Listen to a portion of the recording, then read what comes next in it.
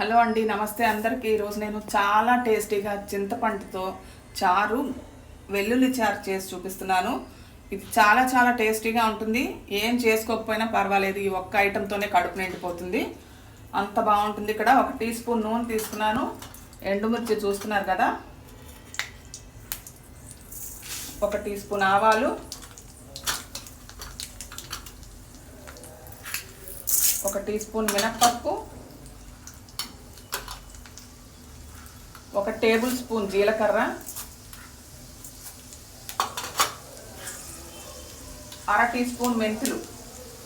పులుపుకి ఎప్పుడు మెంతులు విరుగుడు, సో చింతపండు. 1/2 టీ స్పూను ఇంగువ, 1 పచ్చిమిర్చి టేస్ట్ కోసం. పచ్చిమిర్చి వల్ల 1 పావు టీ కరివేపాకు, కొత్తిమీర,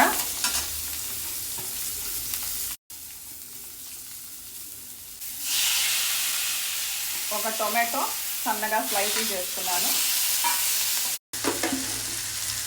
రుచికి తగ్గట్టు ఉప్పు, మిరియాల పొడి. ఇక్కడ చక్కెర, బెల్లం వేసుకునే వాళ్ళు బెల్లం వేసుకోవచ్చు. చింతపండు, చిన్న నిమ్మకాయంత చింతపండులో 1/2 కప్పు నీళ్లు పోసి రసం తీసుకోండి. తర్వాత ఎక్కువ నీళ్లు, కావాల్సిన నీళ్లు పోసుకోవచ్చు అనమాట. ఇది నేను రసం తీసి పెట్టుకున్నాను. వచ్చే నీళ్లు గరిట వేసుకుంటున్నాను. ఇది చాలా బాగుంటుంది. ఉంటే వేసుకోండి, పప్పు ఆ రోజు ఉడకపెడితే, లేకపోతే పర్వాలేదు.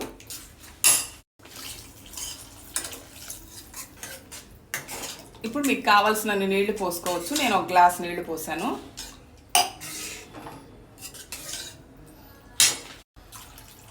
ఇంకో 1/2 గ్లాస్ పోసాను. ఇప్పుడు టేస్ట్ చూసుకోండి, ఏ తక్కువైనా అది ఇప్పుడు వేసేసుకోవచ్చు. నీళ్ళు వేసాకే టేస్ట్ తెలుస్తుంది అనమాట. ఇది మరగాలి బాగా.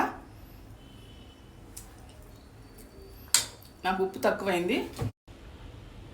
చారు, రసము ఎంత బాయిల్ అయితే అంత టేస్టీగా ఉంటుందండి. చక్కగా బాయిల్ అయ్యి మంచి వాసన వస్తుంది. 1 టీ స్పూన్ ఫుల్ మిరియాల పొడి వేసుకోవడం మర్చిపోకండి, దానివల్ల వేడి చేయదు, మిగిలినవన్నీ ఉన్నాయి కాబట్టి. చాలా టేస్టీగా ఉంటుంది వడియాలతో తింటే.